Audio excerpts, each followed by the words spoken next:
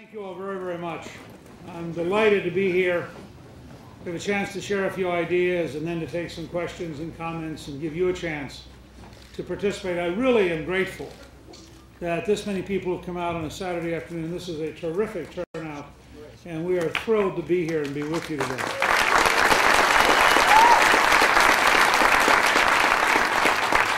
Chris and I are delighted to be back in Staten Island. And we both love many things Italian, and that makes it very easy to come back here. And I must say, well, this hotel is spectacular. We've been walking around looking at the art and things. It's very, very impressive hotel. I want to take just a minute and talk about Herman Cain, because I think this has been a very difficult time for him. And I think we should all remember that he had the courage to launch the 999 plan, which, whether you liked it or disliked it, was a big idea and started to elevate the debate towards big solutions and not the usual nitpicking, consultant-driven negativity that had been so obvious. And I think he deserves credit for having had the courage to talk about big ideas and to focus on the economy. He also had the courage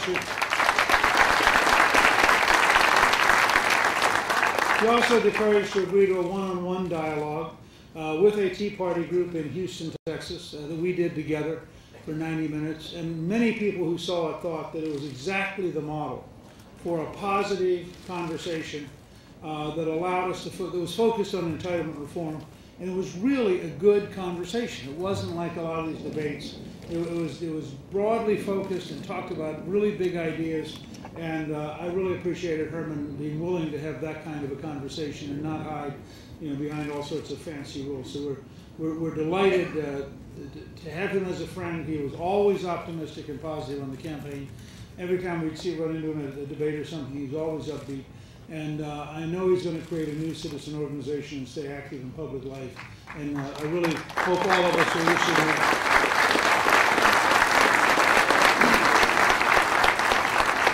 We also announced today that in the tradition that we had with Herman, and we had later with Rick Santorum, with whom we had a one-on-one dialogue on the judiciary and the courts and the Constitution in New Hampshire, that Governor Huntsman has agreed to have a similar conversation, just the two of us, and another on the 12th.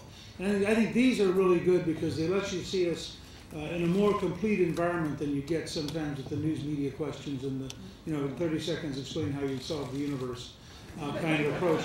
And I commend Governor Huntsman for being willing to do that. Again, he's a very bright man. And I think if somebody I look forward to it as an interesting evening with somebody who's done a lot and knows a lot. He's very smart. And I frankly don't speak Mandarin fluently, so there are certain areas where he has great advantages over me. And he spent years living, was ambassador both to Singapore and to China, so it'll be fun. Speaking of debates, the president came to New York this week and gave a perfect example of why I will be challenging him to debate.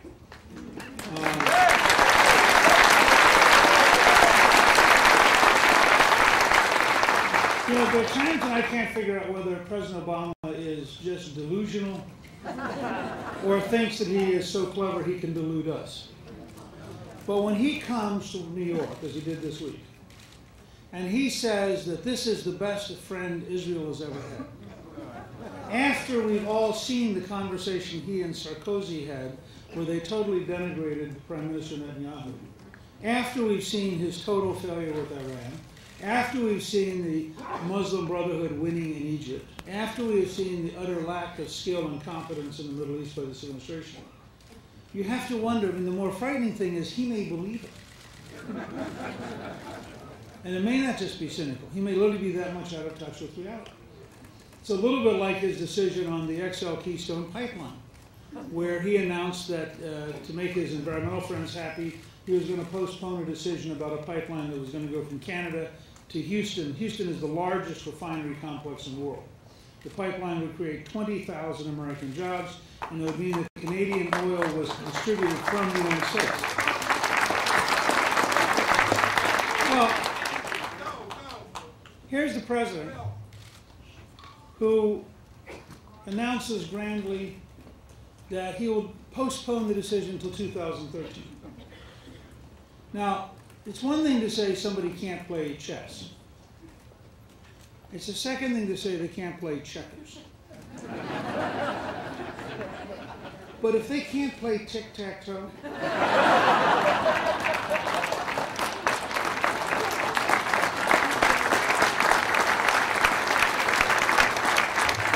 because what did he do? Okay, he says to the Canadians, for his re-election effort, this is the only president in my lifetime who gave up governing for the purpose of running for re-election before he ever took office. I mean, this has been a non-stop candidate-in-chief of extraordinary proportions. And Occupy Staten Island!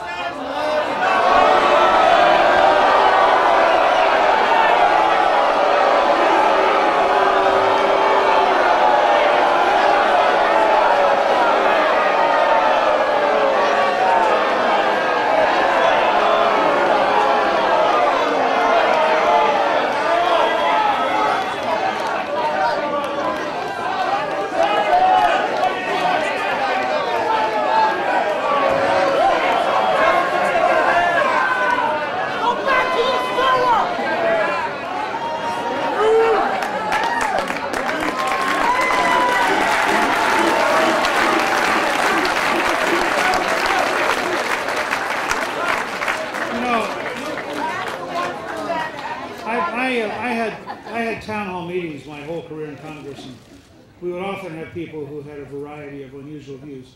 But it occurred to me, this guy obviously was unhappy about something. And it occurred to me, all this talk about the 99% and the 1%, if it weren't for the American news media's fascination with anybody on the left, they would actually be the 1/10 of 1%.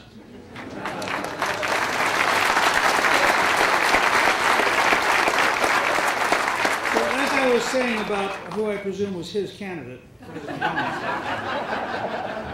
it apparently did not occur to the administration that the Canadians have choices. So the Prime Minister of Canada announced at the meeting in Hawaii that he's now talking to the Chinese about them financing a pipeline, because it turns out central Canada, if you go straight west, you get to the Pacific Ocean in Vancouver. And I don't think anybody in the administration had thought through that the Canadians have an alternative.